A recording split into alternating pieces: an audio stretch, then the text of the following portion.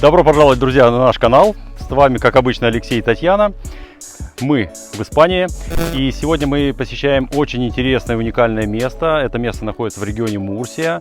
Называется это место Мазарон. Здесь вы видите просто уникальный природный ландшафт, очень красивые горы. И пойдемте дальше, я вам расскажу, что это такое и почему здесь такого все цвета.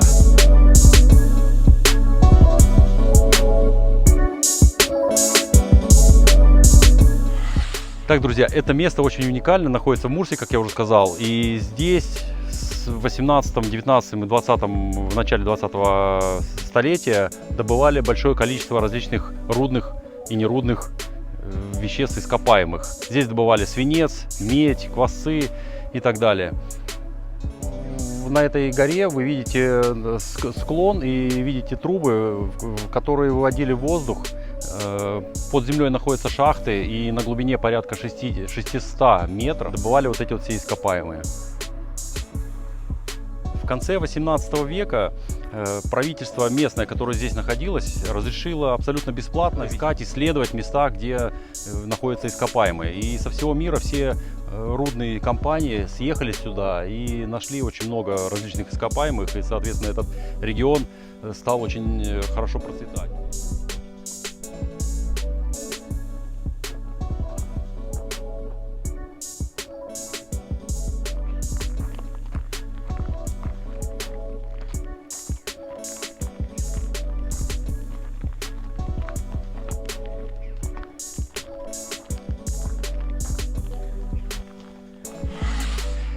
Итак, друзья, наконец-то мы поднялись на эту гору. И вот видите, как раз старое здание, вот то, что я говорил, с 18 по 19 век многие мировые компании здесь строили шахты, добывали все вот эти вот ресурсы ископаемые. Была построена железная дорога, и отсюда была торговля, ну, почти на весь мир. А сейчас, друзья, это место заброшено по той простой причине, что перед войной все пришло в упадок, все было заброшено, народ отсюда эмигрировал. Вот. И с тех пор, ну, есть две версии. Первая версия — это война, вторая версия, что шахты были каким-то образом затоплены и откачать воду не смогли. Но до сегодняшних времен все сохранилось. Те, кто приедут сюда и кто будет здесь гулять, единственное предупреждение, там написано на входе, что здесь очень много открытых колодцев, шахты глубиной до 600 метров. И быть очень внимательным и осторожным. Не все они закрыты местными властями. И, ну, как бы гулять здесь со здравым смыслом, с здравой головой.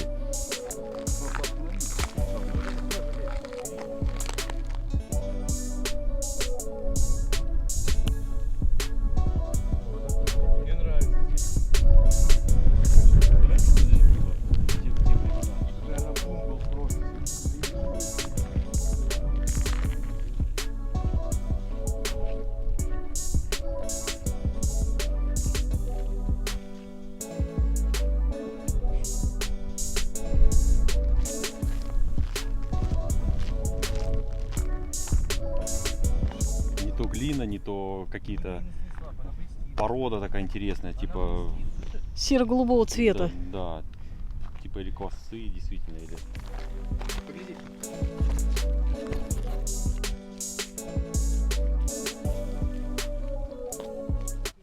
Мы как раз сейчас идем, движемся вдоль вот этих вот шахт, ну как шахт, не шахт, этого места. Просто идем, смотрим красивые горы, красивые формы, красивые какие-то цвета. В общем, идем, изучаем. Сегодня как раз день соответствующий. Погода хорошая, солнышко светит. Классно. Горы красивые. Путешествуем, смотрим интересные места, показываем вам. Оставляем ссылочки в описании. Так что обязательно всегда читайте описание к каждому нашему видео. Там много интересной информации обычно. И точечки с Google Maps, и ссылки на разный интересный контент.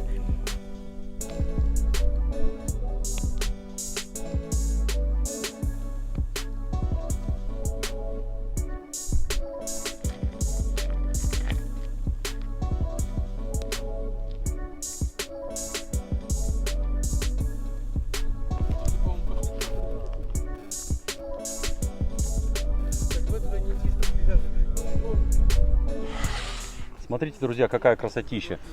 Представляете, какой здесь был густонаселенный район. Промышленный. Промышленный, да.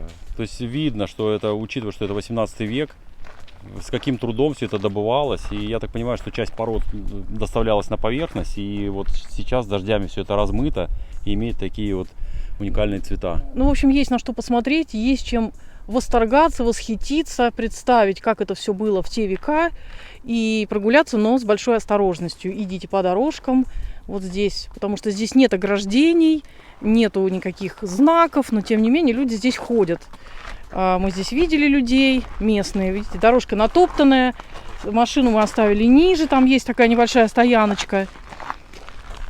Идем немножко дальше, смотрим.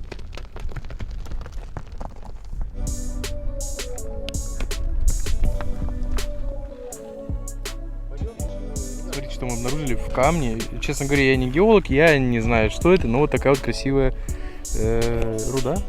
Слюда, можно сказать, да. Кальций. Ой, да, смотри, кусочек такой прям. Это мы берем с собой. Бери. Идем на поиски золота. А точка, где можно его найти, в описании кролик.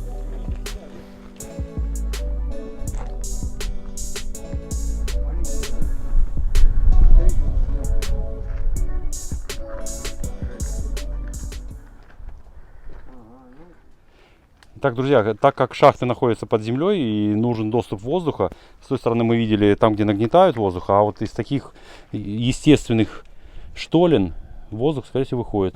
Так как тут есть большое количество помета птичьего, тут, наверное, живет птеродактиль. Ну, и это огорожено. Чтобы кто-нибудь заходили. А мы идем дальше.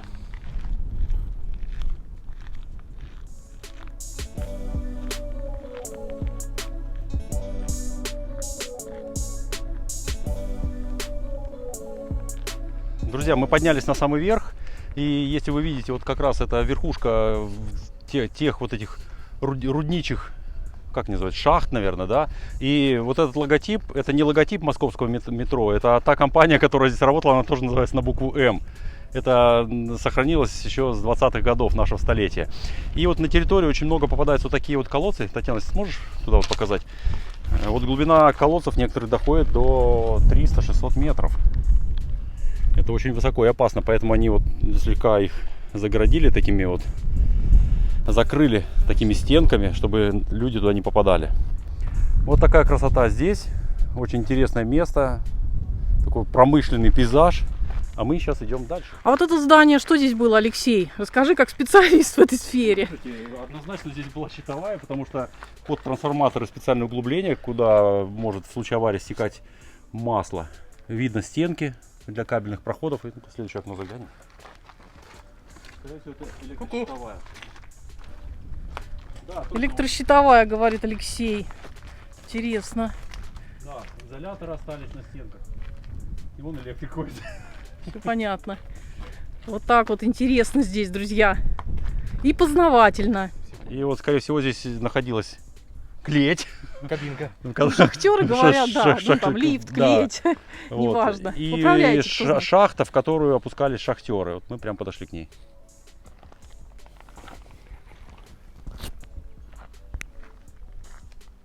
По брусьям-то будет спускать. Так, специалисты, пишите, как вы думаете, как все это происходило? По нашим предположениям был протянут трос, видите, там две кабинки. И Да. эти деревянные брусья, это просто направляющие, по которым эти кабинки двигались вверх-вниз. Вот. Да, и видно А эти тросом крюки, они видно, крепились рымболты. сюда. А Этот здесь, трос проходил через верх и вот так здесь вот. находилось здание, где стояла, видимо, сама машина с лебедкой. Вот, и трос уходил вверх.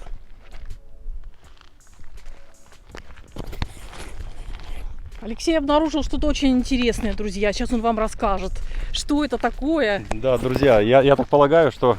Сейчас, да, я Аккуратненько пристегну. держи микрофон, чтобы он тебя не шуршал. Я пристегну. Друзья, когда мы только начали путешествие в этот район, вы видели на большой горе сверху были трубы. Вот точно такая же труба находится да. здесь. Я еще тебя спрашивала, что это такое, Алексей. Да, и вот от нее идет канал, который уходил в саму шахту Мгм. и создавалась тяга и вытягивал воздух. То есть таким образом была организована вентиляция самой шахты. Чтобы Ну, а- работники дышали, да? Да, Кто ну а там глубина шахт, как я уже говорил, достигала глубины 600 метров. Дима, что у нас находится в этой шахте? Значит, Как в вы шахте предположили? находятся две корзины, две кабины. Они сейчас отвязаны от всех тросов и находятся на перекрытиях, то что их никак туда не провалить.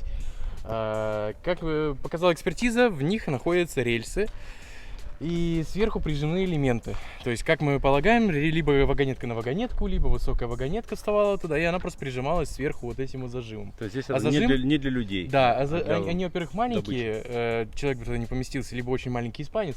И там такие элементы, как капкан. И вот если можно заметить, там вот пружины сбоку, посередине. И они как раз вот эти вот как части капкана прижимали. И к ним же, как мне кажется, крепились тросы. Либо это не прижимной элемент, либо это был амортизатор для отряски. Я думаю, что это амортизатор, скорее всего. Я тоже об этом подумал. Потому что как раз два рыма сверху ходят, и вот эта вот пружина, она просто как бы амортизирует. Вероятно так.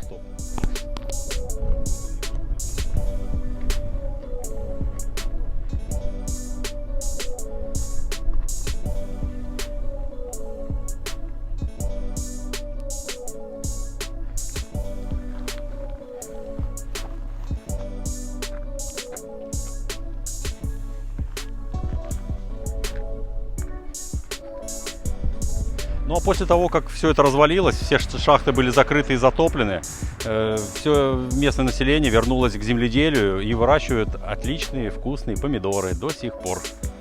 И вот, видите рекламу. Так, друзья, надеюсь, экскурсия и поход вместе с нами вам понравился. Поддержите это видео обязательно лайком, подписывайтесь, кто не подписывался, и получайте удовольствие, смотрите наши видео дальше. Ну, на этом все. Всем пока-пока, удачи и добра!